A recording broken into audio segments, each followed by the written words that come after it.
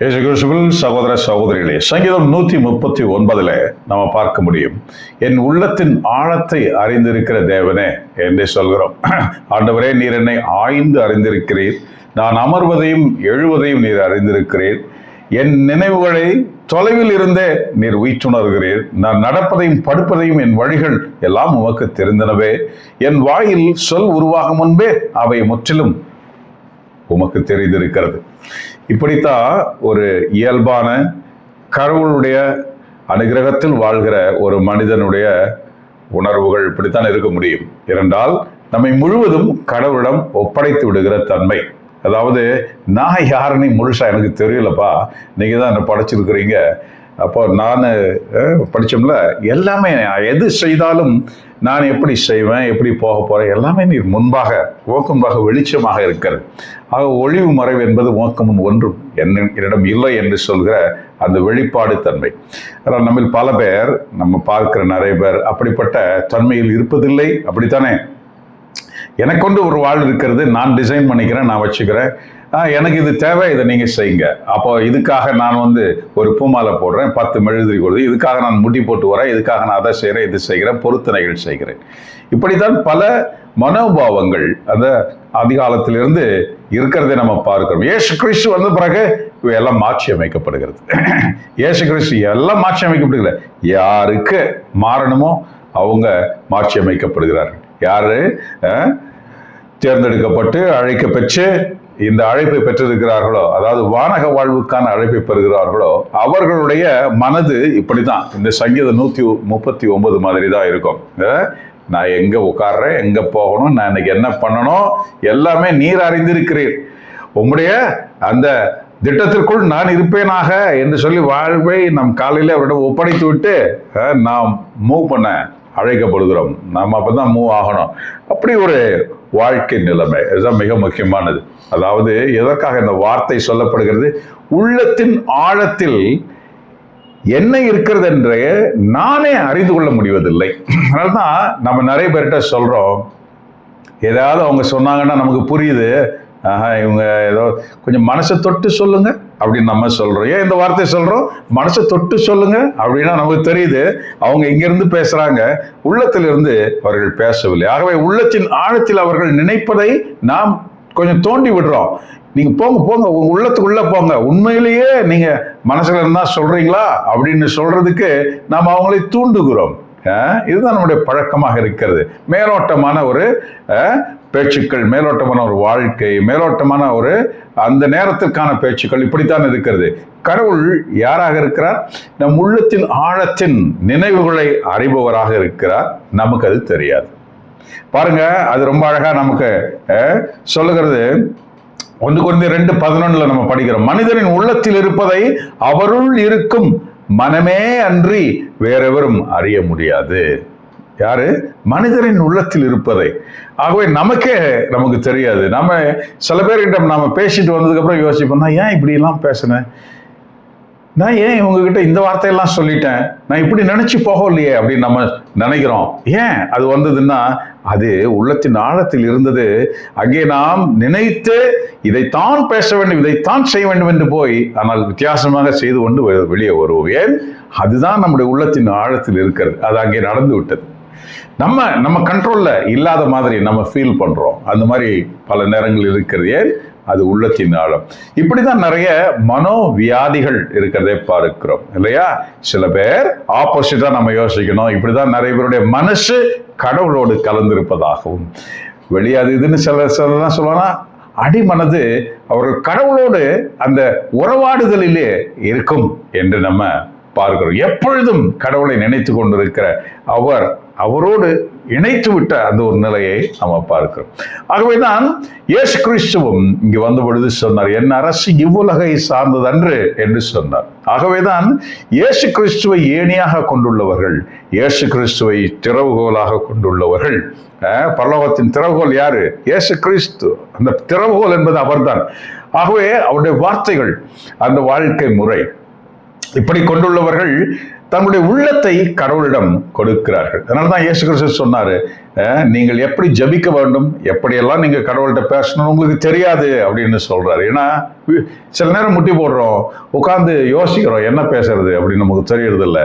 சில நேரம் ஜபிக்கணும்னு புக் எடுக்கிறோம், வேதாகமத்தை எடுக்கிறோம், அங்க போறோம் இங்க போறோம், எப்படி ஜபிக்க நமக்கு தெரியாது. அதனாலதான் கடவுள் கிறிஸ்து நமக்கு சொல்றாரு, ஆவியானவரை நான் அனுப்புவேன், அந்த துணையாளர் உங்கள் உள்ளத்தின் ஆழத்திலிருந்து அவர் ஜபங்களை ஏறெடுப்பார்னு சொல்றார். நமக்காக அவரே பரிந்துரை செய்வார் என்று சொல்கிறார். ஆகவே எப்படி ஜபிக்கணும்னு கூட உனக்கு தெரியாது அப்படின்னு சொல்ற அந்த வார்த்தை ரொம்ப ஆச்சரியமாக இருக்கிறது உண்மையிலேயே. ஆமா அப்படின்ட்டு. ஏன்னா நமக்கு இந்த புக்கு தேவைப்படுது, அந்த பிரிண்ட் தேவைப்படுது, இந்த மனப்பாட ஜபம் தேவைப்படுது, இப்படித்தானே தேவைகள் நிறைய இருக்கிறது ஜபிப்பதற்கு. அப்போ உள்ள நம்ம ஓப்பனா ஒரு ப்ரேயர் பண்றோம்னா கூட டிபிக்கல் ப்ரேயர் தான் அப்படியே வருது நிறைய பேருக்கு. அதே மாதிரி சொல்லுவாங்க, அப்ரஹாமுக்கு மோசனுக்கு வச்சுக்கிட்டு, டேய் உனக்கு உனக்கு உனக்கு உன் வாழ்க்கையில் என்னன்னு சொல்றது உனக்கு தெரியல. அப்ரஹாமை இழுக்கிற, மோசனை இழுக்கிற, தபோராவை இழுக்கிற, அவரை இழுக்க, எதுக்கு நீ ப்ரேயர் பண்ணும்போது இத்தனை பேரை இழுக்கிறோம் அப்படின்னா, ஏன்னா உள்ளத்தின் ஆழத்தில் கடவுள் அதனால தான் சொல்லுது, என் கட்டளைகளை நான் சில பேரை தேர்ந்தெடுத்து அவருடைய உள்ளத்திலே எழுதுவேன் என்று சொன்னார், அவருடைய இதயத்தில் எழுதுவேன் என்று சொன்னார். அப்பேற்பட்டவர்கள் இந்த சங்கீதம் 139 சொல்ற அந்த வார்த்தைகளை அதை சொல்ல முடியும். ஆண்டவர் எனதாயன் என்று சொல்லக்கூடிய அந்த வார்த்தை. அப்புறம் நம்ம பார்க்கிறோம், நான் எங்க போனாலும், கடலின் ஆழத்திற்கு போனாலும், நான் உயரே பறந்து சென்றாலும் அங்கேயும் நீர் இருக்கிறீர் என்கிற அந்த வார்த்தைகள் எல்லாம் பார்க்கிறோம் சங்கீதங்களில். தட்ஸ் தி கடவுளுடைய அந்த அருளில் நீந்துபவர்களுடைய வார்த்தைகளாக இருக்கிறது. பாருங்க உங்க வாழ்க்கை எப்படி இருக்கிறது பாருங்க. இன்னைக்கு உள்ளத்தின் ஆழத்திலிருந்து ஒரு வார்த்தை ஒருத்தருக்கு வந்துருச்சு இன்னைக்கு. அதுதான் இன்னைக்கு வாசகமா இருக்கிறது. மேலோட்டமா இல்ல, அறிவுபூர்வமா இல்ல, இல்ல பாக்குறதுனால இதை தான் பார்த்தேன், இதை பார்த்து நான் கணிச்சுக்கிட்டேன். உள்ளத்தின் ஆழத்தில். இப்போ உள்ளத்தின் ஆழத்திலிருந்து எப்படி வர முடியும்? தானாக இல்ல, அது உள்ளத்தின் ஆழத்தில். அது யாரு நம்ம சொல்றாரு, கடவுளின் ஆவியே அன்றி வேறெவராலும் உள்ளத்தின் ஆழத்தில் இருப்பதை அறிய முடியாது அப்படின்னு சொல்றாரு. இன்னைக்கு பீட்டர் அப்படிதான் ஒரு வார்த்தையை இயேசு கிட்ட சொன்னாரு. இயேசு சொல்லிட்டாரு, நீ சொல்லலடா, உன் உள்ளத்தின் ஆழத்தில் அது கடவுள் வைத்த அந்த வார்த்தை, அதான் உன் வாயில இப்ப வெளியே வந்தது அப்படின்னு சொல்றாரு. ஆகவேதான் நம்முடைய பழக்கங்களில் நாம் இந்த வார்த்தையை உபயோகப்படுத்துறது இல்லை. மனசாட்சிப்படி அடிமனசுல இருந்து சொல்றேன் இப்படிலாம் நம்ம சொல்ற அந்த வார்த்தை எல்லாமே சொல்றோம் இல்ல. That's a special thing, that's why we are using those words. பாருங்க இன்னைக்கு நற்செய்தி என்ன சொல்லுது பாருங்க. மத்தேயு 16:13-20. இயேசு பிலிப்பு செசாரியா பகுதிக்கு சென்றார். அவர் தம் சீடரை நோக்கி, மானிட மகன் யார் என்று மக்கள் சொல்லுகிறார்கள் என்று கேட்டார். இல்லையா? எல்லாம் உள்ளத்தின் ஆழத்தில் இருந்தா சொல்ல போறாங்க இல்லைங்க. ஜஸ்ட் அவரை பார்க்குறாங்க, போறாரு வராரு, புதுமை செய்கிறாரு, அப்படி பண்றாரு இப்படி பண்றாரு. ஆகவே யாருன்னு சொல்றாங்க அப்படின்னு கேட்கிறாரு. அவருக்கு தெரியாத யாருன்னு சொல்றாங்கன்னு தெரியும். பட் அவரு டிக் பண்றாரு. யாரு? அப்போஸ்தலருடைய மனதை அவர் தோண்டி பார்க்க, அவர்கள் சிந்தித்து பார்க்க, தங்களை பற்றி அறிந்து கொள்ள அவரை தூண்டுகிறார். அதுதான் அவங்கெல்லாம் என்ன சொல்றாங்க அப்படின்னு கேட்கிறாரு. இவங்களும் சொல்றாங்க, ஆஹா, சிலர் திருமுழுக்கு யோவான்னு சொல்றாங்க, வேற சிலர் எலியான்னு சொல்றாங்க, சிலர் எரேமியா அல்லது பிற இறைவாக்கினர் ஒருவர் என்றும் சொல்கின்றார்கள் என்றார்கள். ஆஹா, அதை சொல்றாங்களா? Right right. இப்போ ஆனால் நீங்கள் நான் யார் என சொல்லுகிறீர்கள் என்று அவர் அவர்களை கேட்டார். இந்த கேள்வி நம்மிடம் வருகிற கேள்வி, அப்படித்தானே? ஆமா, நம்ம இயேசு கிறிஸ்து யாராக பார்க்கிறோம்? இயேசு கிறிஸ்து 10 புனிதர்களில் ஒருவராக பார்க்கிறோம். இல்லாட்ட மானங்கட்ட மனிதர்களான நாம் உருவத்தை செய்து வணங்காத என்று சொன்னால், நாம் உருவத்தை செஞ்சு வச்சிருப்போம்ல. ஆமாங்க, உருவத்தை சுத்தி லைட்டு போட்டு வச்சிருப்போம், பளி பளி பளி பளி பளி லைட்டு, அப்புறமா அதுக்கு பூமாலை, உருவத்தை சுத்தி அதுக்கு பின்னால பெரிய டெக்கரேஷன், இதெல்லாம் பண்ணி வைப்போம். ஆனா நம்ம சொல்லுவோம், ஓஹோ, நாங்க ஐடல் வர்ஷிப்லாம் பண்றதில்லை, சிலை வழிபாடு பண்ண, வெக்கங்கட்ட மானங்கட்ட மனிதர்கள் நாம். எல்லாம் செஞ்சுட்டு இல்லைன்னு சொல்லுவோம், பப்ளிக்கா செஞ்சுட்டு இல்லைன்னு சொல்ற பொய்யர்களாக நாம் இருக்கிறோம். பல பேர் அப்படித்தான் இருக்கிறோம். ஆமா, சிலை வணங்குறவங்க சில பேர் சிலையெல்லாம் செய்து வைக்க மாட்டாங்க, ஆனா மனிதர்களை தொழுது வணங்கி கொண்டு இருப்பார்கள். ஐயா நீ சொன்னா, ஐயா உன்னைதான் நம்பி இருக்கிற, நீதாயா அப்படின்னு சொல்லி மனிதர்கள் காலில் விழுபவர்கள் நிறைய இருக்கிறார்கள். சிலை வழிபாடு செய்யாத கிறிஸ்தவர்களை சொல்லுகிறேன். அப்படியும் பல பேர் உண்டு, இப்படி பல பேர் உண்டு. ஏன்னா 240 கோடி பேர் கிறிஸ்தவர்கள்ல 120 பேர், 120 கோடி கத்தோலிக்கர்களும் 120 கோடி மற்ற பிற இன மற்ற கிறிஸ்தவர்களுமாக இருக்கிறோம். ஆகவே சிலை வழிபாடு என்பது எல்லோரிடமும் இருக்கிறது. இங்கே சிலையாக இருக்கிறது, அங்கே மனிதன் சிலையாக, பணம் சிலையாக, இப்படி பல காரியங்கள் இருக்கிறது. பாருங்க, இப்படி என்ன செய்கிறோம் நாம்? பாருங்க, நீங்கள் யார் என்று சொல்கிறீர்கள் என்னை?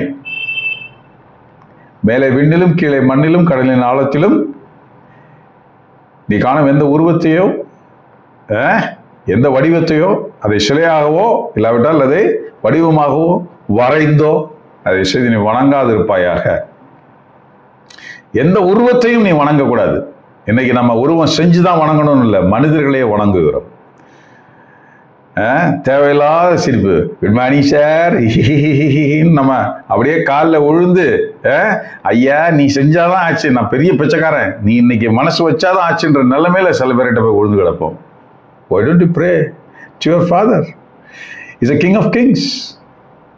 ஆளுநர்களையும் தலைமை தாங்குவோர். நம்ம பார்க்கிறோமே, எழுதி வச்சிருக்கிற கொலோசியர் 1:16, விண்ணில் உள்ளவை மண்ணில் உள்ளவை கற்புலனாவன கற்புலனாகாதன அரியணையில் அமர்வோர் தலைமை தாங்குவோர் ஆட்சியாளர் அதிகாரம் கொண்டோர் ஆகிய அனைவரும் உன் அப்பாவினால் படைக்கப்பட்டவர். உன்னுடைய அப்பாவினால் படைக்கப்பட்டவர்கள். எந்த ட்ரம்பா இருக்கட்டும், மோடியா இருக்கட்டும், யாரா இருக்கட்டும், எதுங்க நெபுகத்நேசரா இருக்கட்டும், அசிரிய மன்னனாக இருக்கட்டும், யாராக இருக்கட்டும், யாராவதாக இருக்கட்டும், எல்லாரையும் யார் ஆண்டு நடத்துகிறவர்? இந்த நேரத்தில் இவனை வைப்போம் அப்படின்னு வைக்கிறது யாரு? கடவுள். Appointment is done by him. எல்லாருக்கும் மேலானவர் அவர் யாரு? இயேசு கிறிஸ்து சொல்றாரு, அவர் யாரு? அவர் உனக்கு அப்பா அப்படின்னு சொல்றாரு. அதுதான் இயேசு கிறிஸ்து. அவர் உனக்கு அப்பா. எப்படி அப்பா? ஏன்னா நான் உன்னை சகோதரன் சொல்றேன். முதல்ல நீ யாரா இருந்த? ஊழியனா இருந்த. அப்புறம் பாரு, நான் நிறைய பேசின உன்கிட்ட, நீ என்ன கொஞ்சம் புரிஞ்சுக்கிட்ட, நண்பன் போல. இப்ப நான் சொல்றேன், நீ என்னுடைய சகோதரன். அப்போ நான் யாரு? கடவுளுடைய ஒரே மகன், நீ என்னுடைய சகோதரன். அப்படின்னா உனக்கு அவர் அப்பா ஆயிட்டார்ல, எனக்கு எப்படி அப்பாவோ உனக்கு அப்பா. அப்போ இங்க சொல்ற காரியம் என்ன? இத்தனைக்கும் தலைவராக இருக்கிற தேவன். இதெல்லாம் எப்படி புரிஞ்சுக்கிறது? இதுதான் உள்ளத்தின் ஆழத்தில் உண்டாகிற உணர்வு. இது மேலோட்டமாக இல்லை, படித்து புரிந்து கொள்வது, செய்யுள் ஒப்பிப்பதோ, மனப்பாட பகுதியோ அல்ல. வேதாகமம் இல்லை. அத்தனாவது அதிகாரம், இத்தனாவது வசனம், இது இது இது இது இது நான் 2 தடவை பைபிளை முடிச்சேன், 3வது முடிச்சேன். Okay, you two. பட் உள்ளத்தின் ஆழத்தில் கடவுளுடைய அரசு என்பது என்ன, இந்த உலகத்தின் அரசு என்பது என்ன, அந்த டிஃபரன்ஸ் பண்ற அந்த தன்மை உனக்குள் வராத வரைக்கும் எதுவுமே செய்ய முடியாது. இல்லையா? என் அரசு இந்த உலகை சார்ந்தது அன்று. இயேசு கிறிஸ்து சொன்ன அந்த வார்த்தை, இந்த உலகை சார்ந்தது அன்று. ஆனால் நாம் சொல்றோம், உமது அரசு வருக என்று சொல்கிறோம். அப்படிதான் சொல்ல கற்றுக் கொடுத்தார். அப்போ உமது அரசு வருக அப்படின்னா இந்த அரசு இந்த உலகத்திற்கானதாக இருக்கிறது. ஆகவே உமது அரசு என்பது என்ன? உமது அரசு என்பது என்ன? 20ஆம் அதிகாரத்துக்கு போகணும். நம்ம 19, 20க்கு நம்ம போகணும். எங்க? திருவெளிப்பாட்டில் அவருடைய அரசு என்பது என்ன? அங்கே இருக்கிறது. ரைட்? இசையாஸ் 11க்கு போகலாம், இசையாஸ் 9க்கு போகலாம், இசையாஸ் 60க்கு போகலாம், 61க்கு போகலாம். அவருடைய அரசு என்ன என்பது அங்கே தெளிவாக சொல்லப்பட்டிருக்கிறது. படிச்சுக்கலாமே. அவருடைய அரசு என்பது என்ன? அவருடைய அரசு இந்த பூமிக்கு வர வேண்டும் என்று நாம் வேண்ட சொல்லி கற்றுக் கொடுத்தார். அதுதான் 2ஆம் வருகை. அப்ப முதல் வருகையில் அவர் வந்தாரே, அப்ப அவர் சொல்ற காரியம் என்ன? அங்கேதான் இன்றைய வாசகம் நமக்கு அமைந்திருக்கிறது. இந்த முதல் வருகைக்கான அந்த காரணம் என்ன பாருங்க. அப்ப இது எந்த அரசு? It's different thing. பாருங்க என்ன சொல்றாரு. சீமோனே நீ பேர் பெற்றவன். ஏன்னா சீமோன் என்ன சொல்றாரு? சீமோன் பேதுரு மறுமொழியாக, நீர் மெசியா, வாழும் கடவுளின் மகன் என்று உரைத்தார். மற்றவங்கலாம் அது ஏதோ சொல்றாங்க. ஏன்னா ஏரோது கூட சொல்லிட்டு இருந்தாரு, அந்த ஆளு நான் தான் கொன்னேன். யாரு? யோவான் ஸ்நானகனை நான் தான் கொன்றேன், அதனால் அவர் தான் இப்போ உயிர் தெழுந்து வந்திருக்கிறாரு அப்படின்னு ஏரோதே சொல்றாரு. அதனால அவர் ஆள் விட்டு அனுப்பிச்சார் இயேசுவர், உங்களை நான் பார்க்கணும், கொஞ்சம் வாங்க அப்படின்ட்டு. அப்படி சொல்ற ஒரு மனிதனை பார்த்து இப்படி ஆளால் ஒன்று சொல்றாங்க. ஏன்? இந்த உலகத்தை பார்க்கிறவர்கள் இப்படித்தான் அப்படித்தான் என்று பார்க்கிறவர்கள். பாருங்க, இன்னைக்கு சீமோன் சொல்றாரு, இல்ல இல்ல நீர் கடவுளின் மகன். இந்த வார்த்தை எங்கிருந்து வரும்? எங்கிருந்து வரும்? உள்ளத்தின் ஆழத்திலிருந்து வந்திருக்கிறது அவருக்கு. ஆனா ஆண்டவர் இன்னைக்கு சொல்றாரு, சீமோனை ரொம்ப பெருமைப்படாத, இது நீ சொல்லல, உன் உள்ளத்தில் இருந்து கடவுள் அந்த வார்த்தையை வைத்து அதுதான் உன் வாயில வந்தது அப்படின்னு சொல்றாரு. இன்னைக்கு ஒரு உண்மையான கிறிஸ்தவர்கள் என்பவர்கள் யார் தெரியுமா? உள்ளத்தில் தேவ ஆவியை அனுமதித்தவர்கள். ஏன்னா நீ எப்படி ஜெபிக்கணும், எப்படி பேசணும்னு உனக்கு தெரியாது அப்படின்னு இயேசு நமக்கு சொல்றாரு. ஆகவே நான் துணையாளரை அனுப்புவேன், அவர் உன்னை ஆலயமாக கொண்டிருப்பார், உன் உள்ளத்தில் இருந்து, உன் உள்ளத்தின் ஆழத்திலிருந்து அவர் ஜெபங்களை ஏறெடுப்பார். Beautiful, beautiful. அப்போ இன்னைக்கு பேதுரு சொன்ன இந்த வார்த்தையும் அப்படித்தான் அமைந்தது. கடவுள் அவருடைய உள்ளத்தில் வைத்த அந்த வார்த்தை. ஆகவே கடவுள் சொல்ற அந்த வார்த்தை என்ன? நான் என்னுடைய கட்டளைகளை பின்னால சில மக்களை நான் தேர்ந்தெடுத்து அவருடைய இதயத்தில் எழுதுவேன் என்று சொல்கிற கடவுளை பார்க்கணும். இதயத்தில் எழுதுகிறது, மேலோட்டம் அல்ல. ஆமா, நம்ம புக்கு தேடிக்கிட்டே இருக்கிற ப்ரேயர் பண்றதுக்கு ஃபிட் இல்லை. நம்ம கடவுள்கிட்ட பேசுறதுக்கு புக்கு தேடிக்கிட்டே இருக்கக்கூடாது. இன்னும் புக்கு தேடிக்கிட்டே இருக்கிறோமா? நிறைய பேர் அனிச்சையாக சில வழிபாடுகளை செய்கிறவர்கள் எல்லாம் பார்க்கிறோம். அப்படியே அந்த பேஜ் போயிடுச்சுன்னா தேடுவாங்க, இங்கே அங்கே இங்கே. மங்கூசு, இவ்வளவு நாளா இருக்கிறிய, அறிவில்லடா உனக்கு, இவ்வளவு நாளா இருக்கிறிய இதே காரியத்தை செய்ய. அப்ப நீ என்னவாக இருக்கிற? உள்ளத்தின் ஆழத்திற்கும் கடவுளுடைய அந்த தொடர்பு நீ தொடர்பற்றவனாக இருக்கிற. இன்னும் தேடிக்கிட்டே இருப்ப பாரு, இன்னும் தேடுவாங்க, இப்படி தேடுவாங்க, அப்படி தேடுவாங்க, போட்டிக்கிட்டே இருப்பாங்க. What is that? Pray from your heart that you cannot do, but who dwells in your heart, he will do. அவர் செய்வார், அவர் ஏறெடுப்பார், ஜெபத்தை ஏறெடுப்பார். அதனால்தான் சில காரியங்களை நாம அப்படியே நிதானித்து நாம் கையால் அழைக்கப்படுகிறோம். இந்த காரியம் இது எப்பேற்பட்டது? நாம் எப்பொழுதும் ஒரு நிதானத்திற்குள் இதுக்கு அழைக்கப்படுகிறோம். நாம் எப்போ வேணாலும் மேலே போகணும் அப்படின்ட்டு அந்த எண்ணம் யாருக்கு இருக்கும்? இதயத்தில் கடவுளுடைய கட்டளைகள் எழுதப்பட்டிருக்கிறதே அவர்களுக்கு தான் இருக்கும். பாருங்க, அந்த இதயம் உள்ளத்தின் ஆழம்.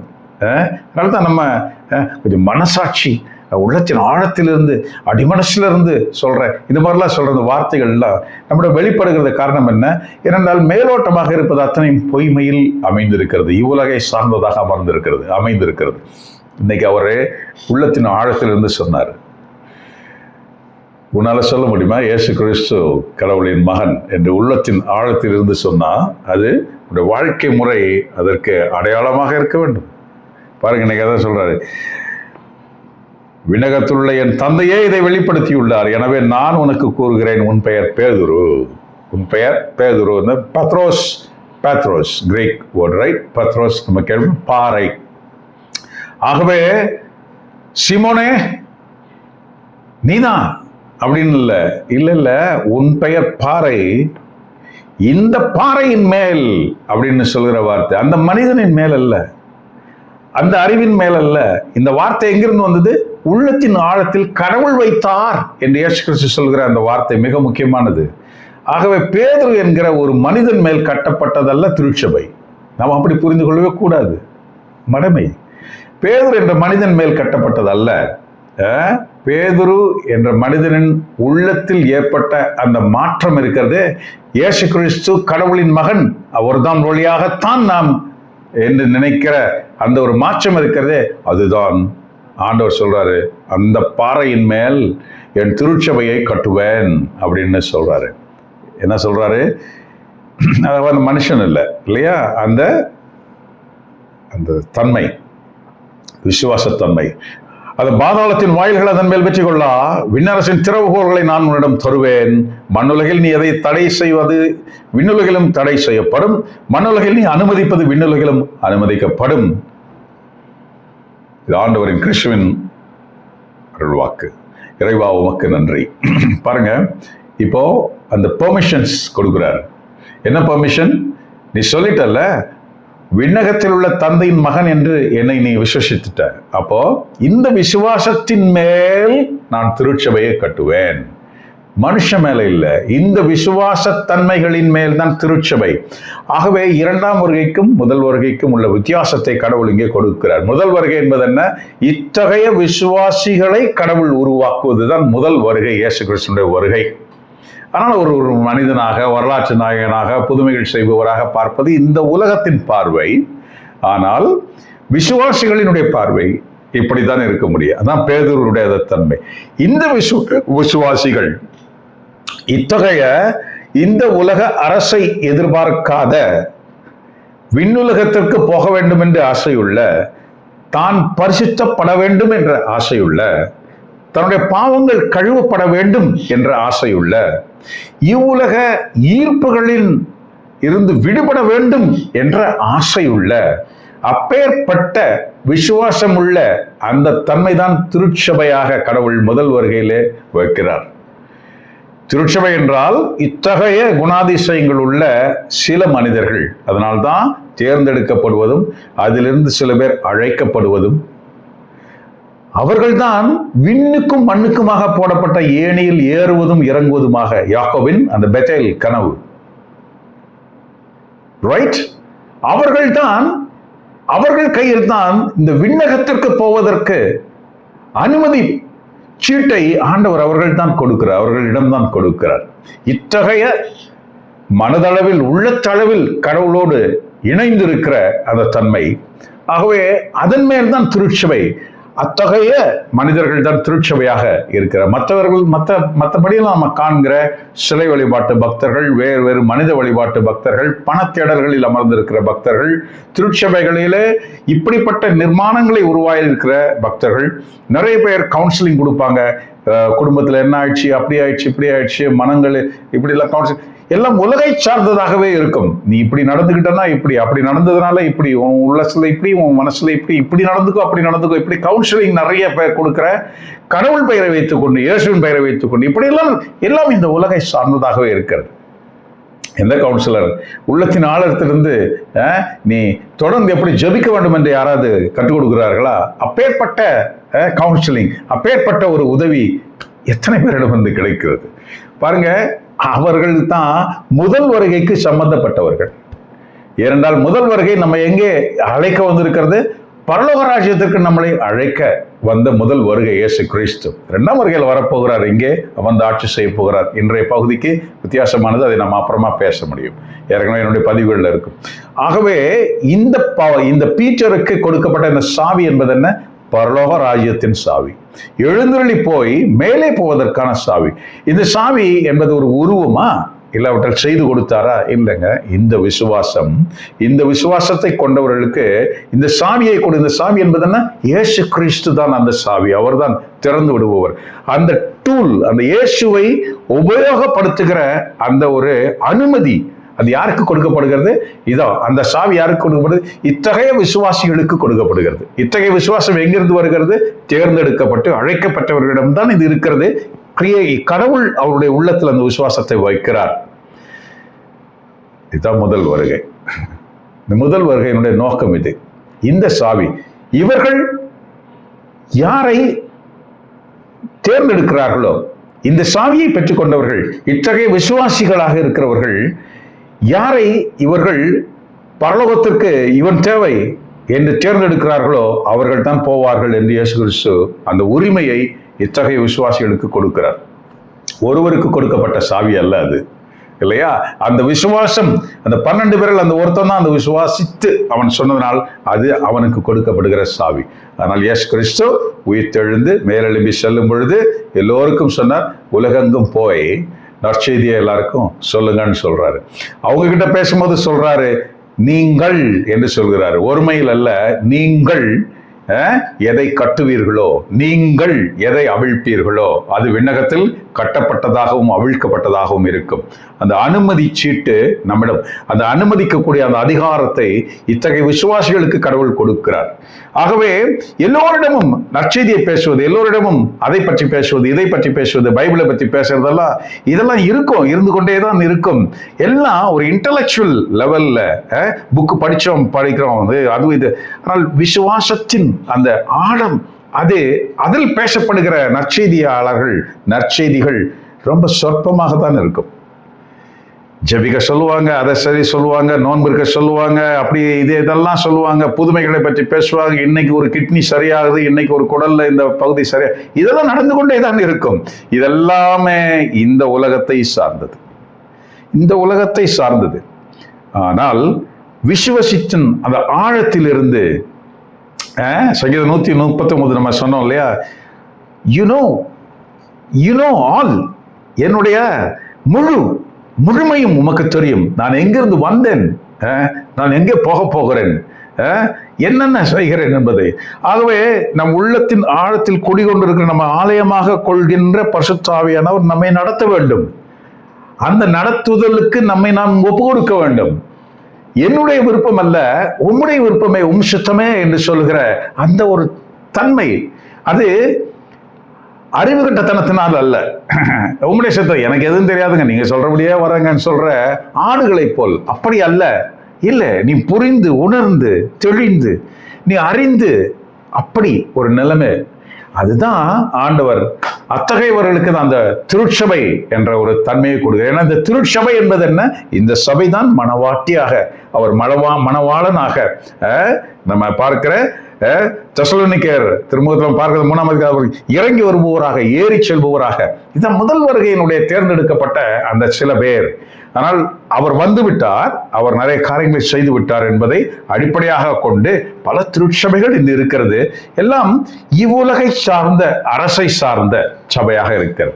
நம்முடைய கத்தோலிக்க சபை கூட அப்படித்தான் இல்லையா? அது ஒரு முழு, இந்த 100% இந்த உலகை சார்ந்த ஒரு அரசாக இருக்கிறது. இயேசு கிறிஸ்து சொன்னதுக்கு ஆப்போசிட், ஜஸ்ட் ஆப்போசிட். அது இயேசு கிறிஸ்துடைய முதல் வருகைக்கு சம்பந்தம் இல்லாத ஒரு காரியம்.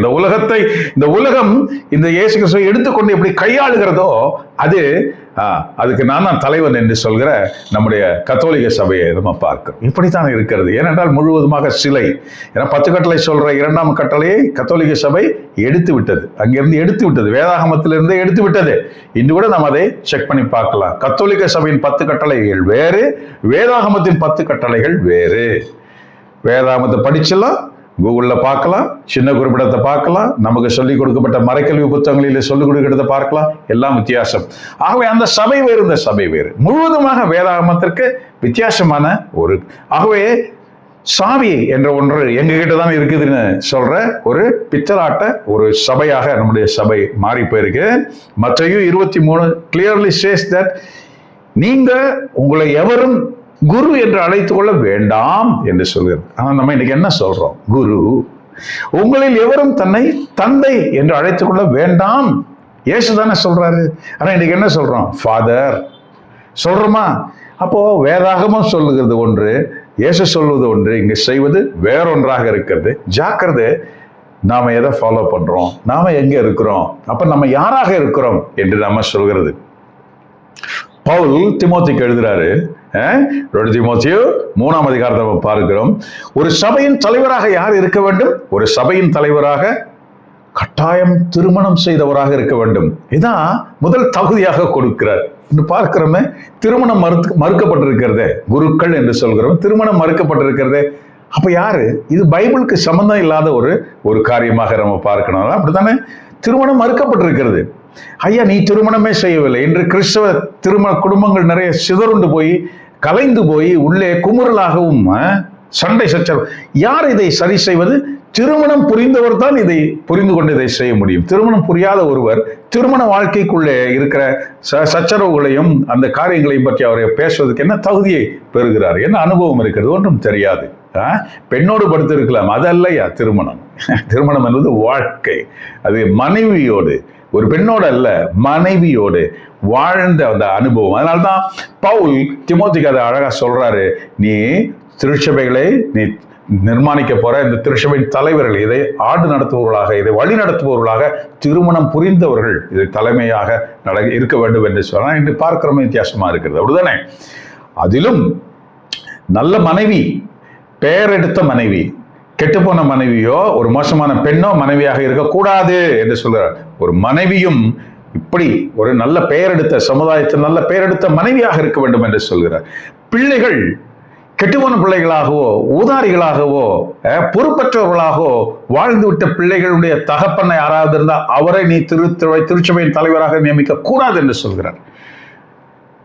மூப்பர்கள் என்று சொல்கிறோம். அவர்கள் தான் திருச்சபையை நடத்த முடியும். அவர்கள் தான் அதை பிரஸ்பிட்டர் என்று சொல்கிறோம். அப்போ அவர்கள் தான் திருச்சபை நடத்த முடியும்.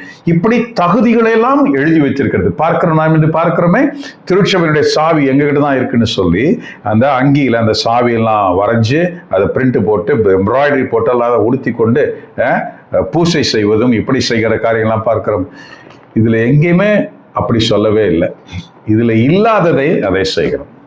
ஆமா, ஒரு கன்னியர், ஒரு கன்னியாஸ்திரி ஏதோ ஒரு இதில் நான் இப்போ வீடியோவில் பார்க்குறேன். அவங்க ஒரு பெரிய கூட்டத்துக்கு, ஏதோ ஒரு கூட்டத்துக்கு அவங்க சொற்பொழிவு சொல்கிறாங்க.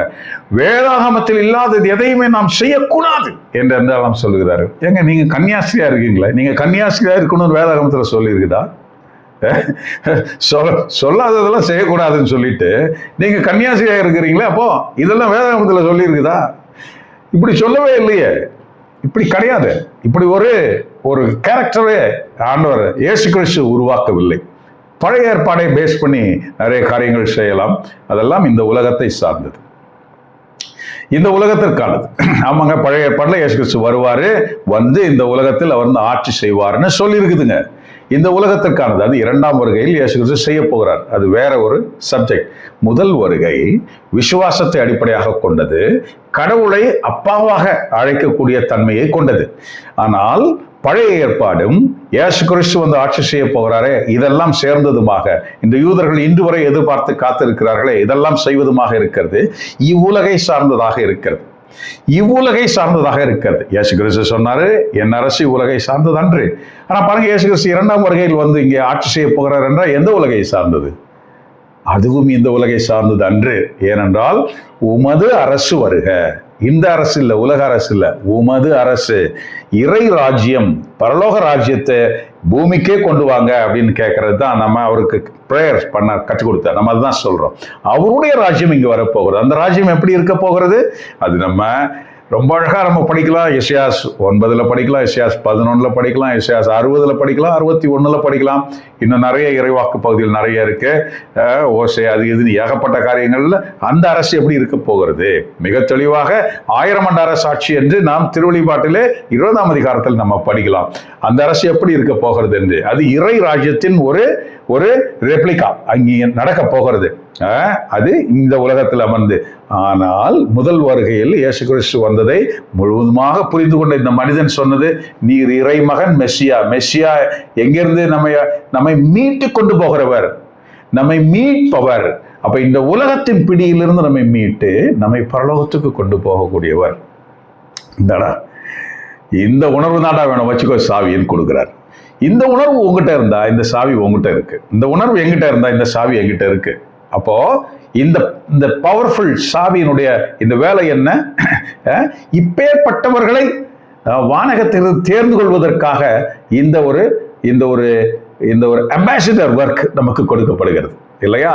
நாம் பொறுப்பானவர்களாக இருக்க அழைக்கப்படுகிறோம், இப்பேற்பட்டவர்களை தேர்ந்தெடுத்து மேலே கொண்டு போவதற்கு. ஆகவே நாம் அறிவிக்கிற நற்செய்தி, நாம் சொல்லக்கூடிய நற்செய்தி எதை சார்ந்து இருக்கிறது? நாம் அறிவிக்கிற நற்செய்தி இயேசு கிறிஸ்து, நாம் அறிவிக்கிற இயேசு கிறிஸ்து விண்ணை சார்ந்தவராகவோ இல்லாவிட்டால் இரண்டாம் வருகையில் வரப்போகிற இந்த மண்ணை சார்ந்தவராகவோ, அதாவது இறைராஜ்யத்தை கொண்டு மண்ணில் வரப்போகிற எதை நாம் கொண்டு வருகிறோம்?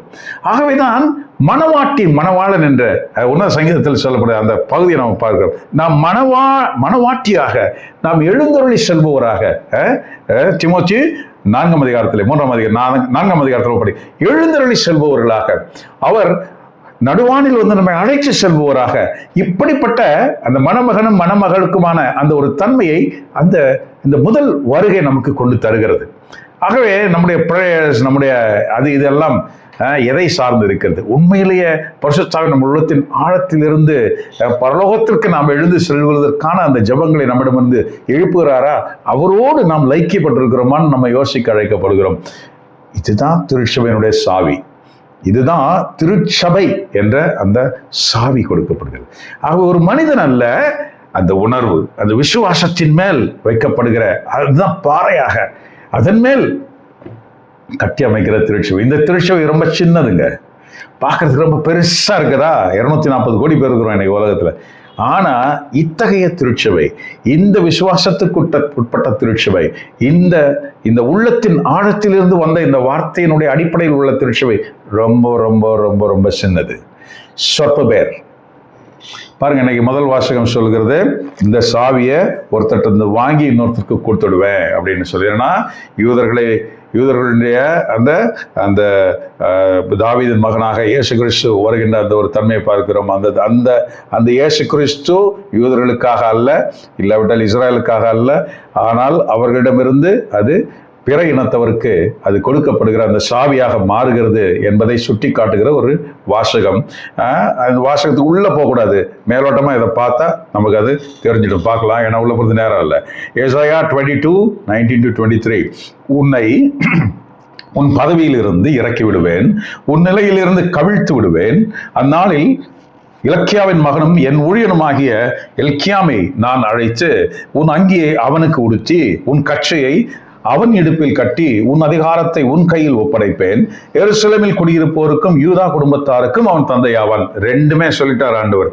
ஏன்னா யூதா குடும்பத்தாருன்னா இந்த இஸ்ராயல், எருசலேமில் குடியிருப்போர்னா எல்லோரும் அங்கே இருப்பார்கள், எல்லோரும் அங்கே இருப்பார்கள். ஆகவே இரண்டு தரத்தார். அதனால சியோனின் மக்களே, எருசலேமின் மக்களே, இப்படி தனித்தனியான ஒரு காரியங்களை நம்ம படிக்க முடியும். அந்நாளில் தாவீது குடும்பத்தாரின் திறவுகோலை அவன் தோளின் மேல் வைப்பேன். யாரு? இயேசு கிறிஸ்து. இந்த விண்ணகத்திற்கு அழைத்து செல்பவரான அந்த தன்மையை சொல்றார். அவன் திறப்பான், எவனும் பூட்ட மாட்டான், அவன் பூட்டுவான், எவனும் திறக்க மாட்டான். உறுதியான இடத்தில் அவனை முளை போல் அடித்து வைப்பேன். அவன் தன் தந்தையின் குடும்பத்தாருக்கு மேன்மையுள்ள அரியணையாய் இருப்பான். இது ஆண்டவரின் அருள் வாக்கு. இறைவா உமக்கு நன்றி.